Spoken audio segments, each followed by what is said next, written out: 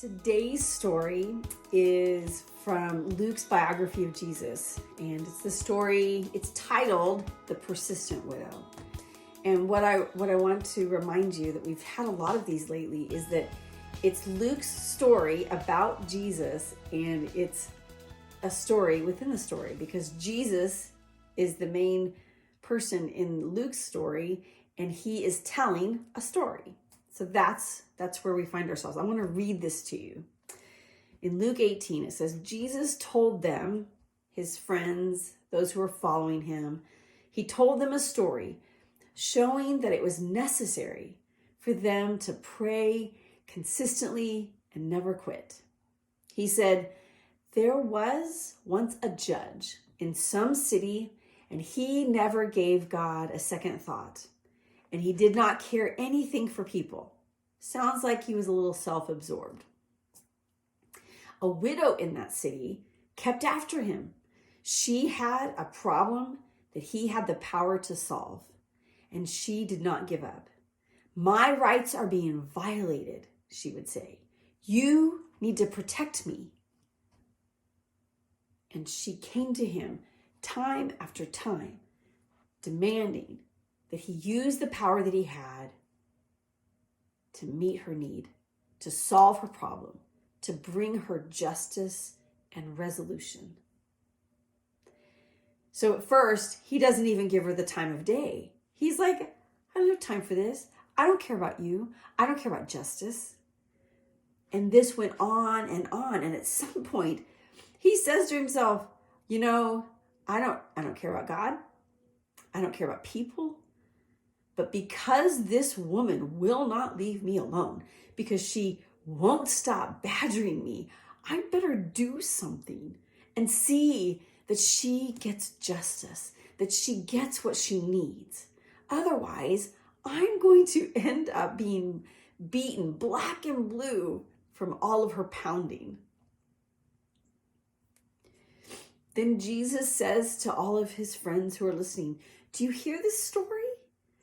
Do you hear that this judge, even though he was really corrupt, that he is saying, I got to help her.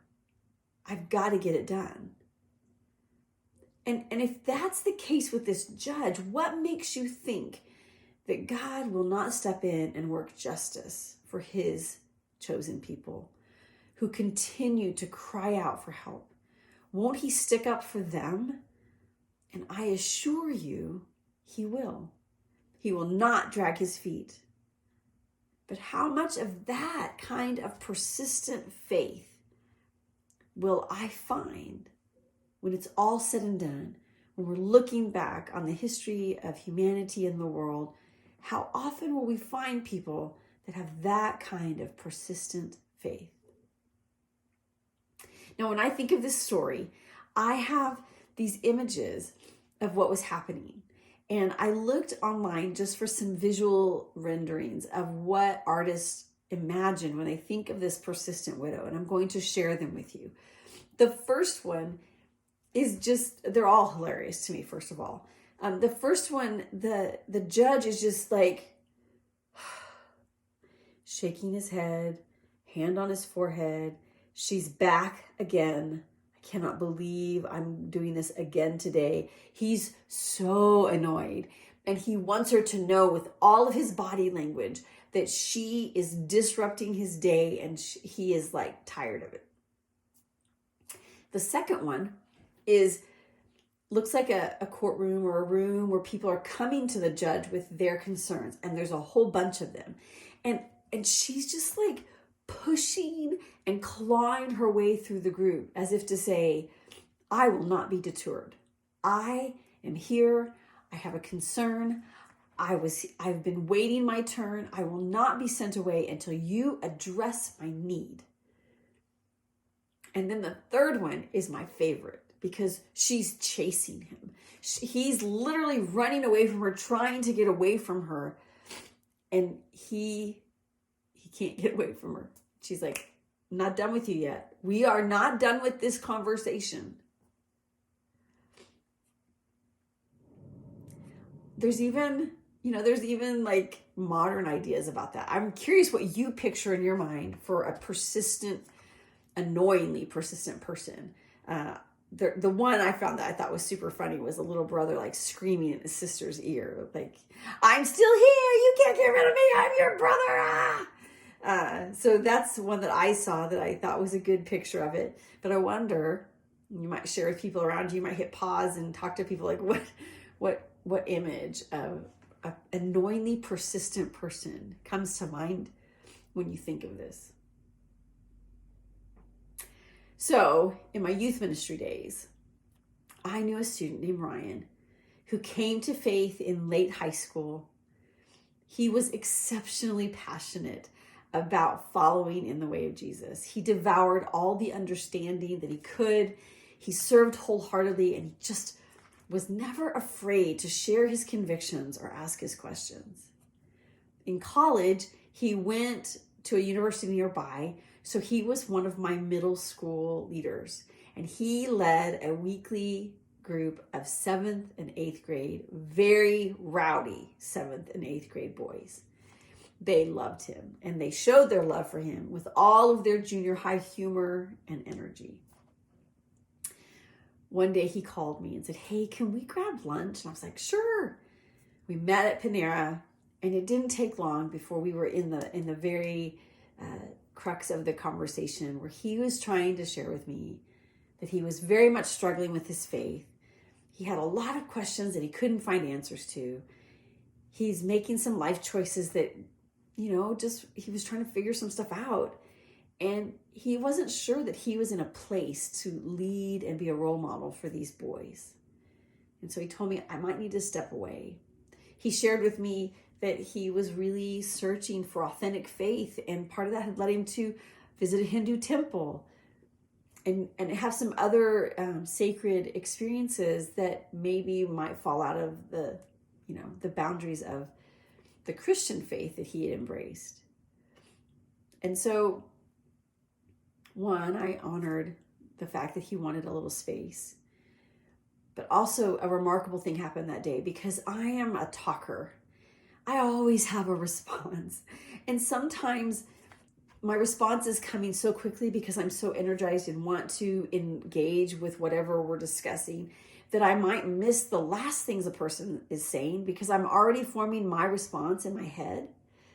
And that I had to really work on not stepping over people before they finish. But that day a miracle occurred because I was quiet. My mouth stayed shut, and I listened without having a ready-made response when he finally put his period on his sentence. I just sat there and listened quietly. And really, partially because I didn't have a ready-made response for him this time. I was in a little bit of new territory. But eventually, after a short pause, I did think of two things that seemed like the right thing to say. And I really believe, maybe God led in that conversation. One, I reminded him that he was loved and supported, and that no amount of spiritual search and wandering would change that ever. Two, I just invited him to keep praying. I told him, as you search for answers, wherever you're searching for answers, don't stop praying. Don't stop asking God to meet you in these places of doubt and in these sacred spaces that you're visiting. Take him with you. Invite him to join you. And Ryan did. He listened to me that day, and he says that praying through that season of his life was one of the most important ways to help him get through it, and also to experience God's love and presence in a new and a profound way. And it didn't happen overnight. It wasn't like a, magical moment, but he persisted. He, in some ways, said, "God, I'm not done. I'm not done asking my questions yet. I have not figured this out. I will not give up. I'm insisting that you help me."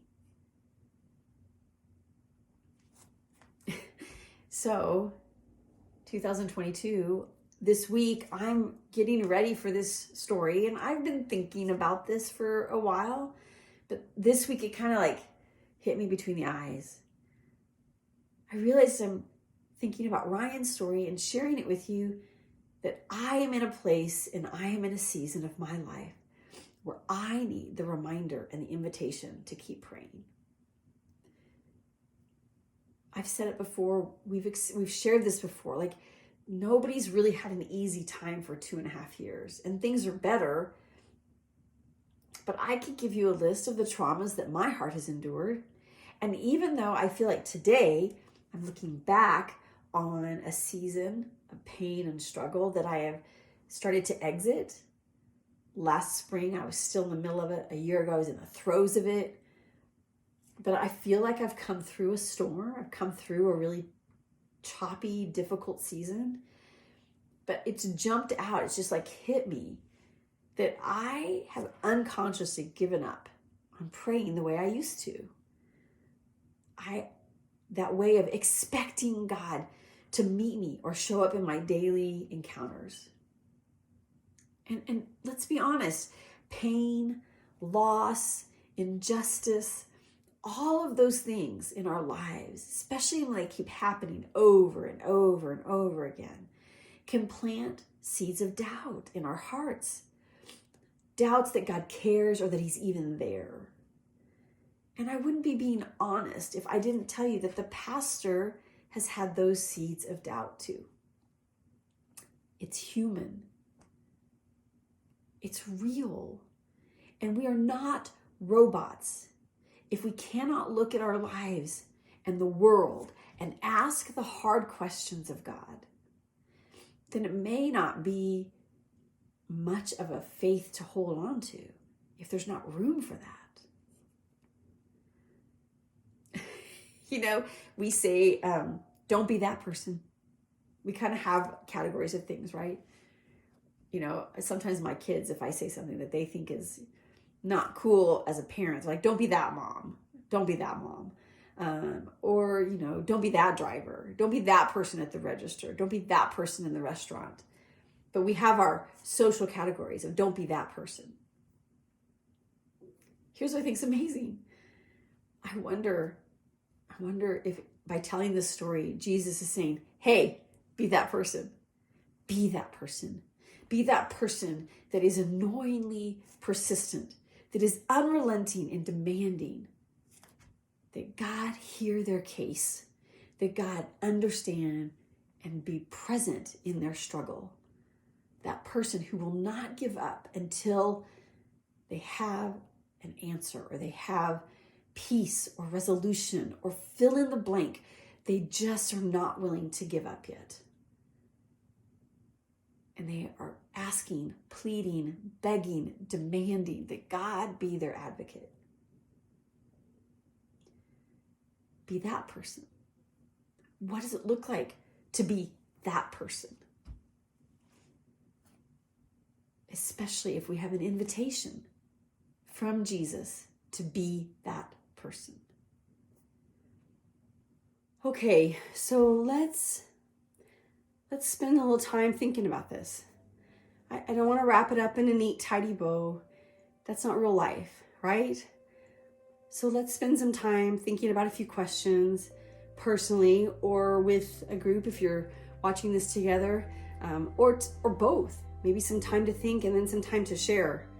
But here's a few questions for you. What do you think about the widow and this story? Where do you see yourself? Who do you relate to in this story? What do you think about Jesus choosing a corrupt judge and a desperate widow as his main characters to demonstrate not giving up on prayer? How do you respond to the idea that God is a trustworthy advocate and that he doesn't drag his feet?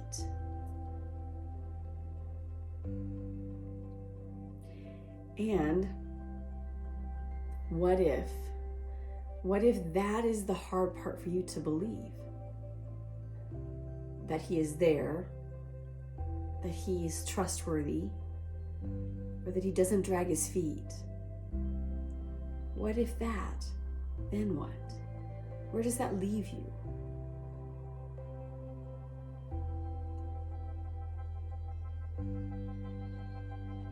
And where do you think you can find encouragement if that is the hard place you find yourself in?